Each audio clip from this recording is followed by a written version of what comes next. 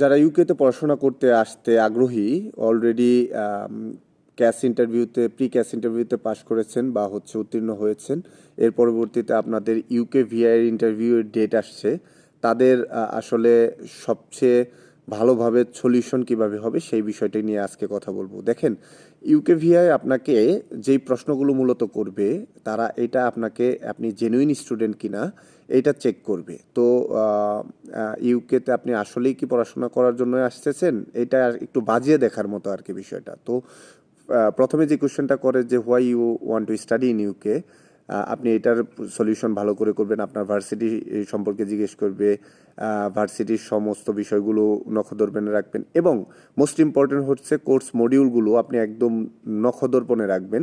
এর পাশাপাশি আপনি ফাইন্যান্সিয়াল ব্যাকগ্রাউন্ড সম্পর্কে খুব ক্লিয়ারলি ধারণা দিবেন। এগুলো যদি আপনি দিতে পারেন এবং ফিউচারে আপনি আপনার দেশে ব্যাক করবেন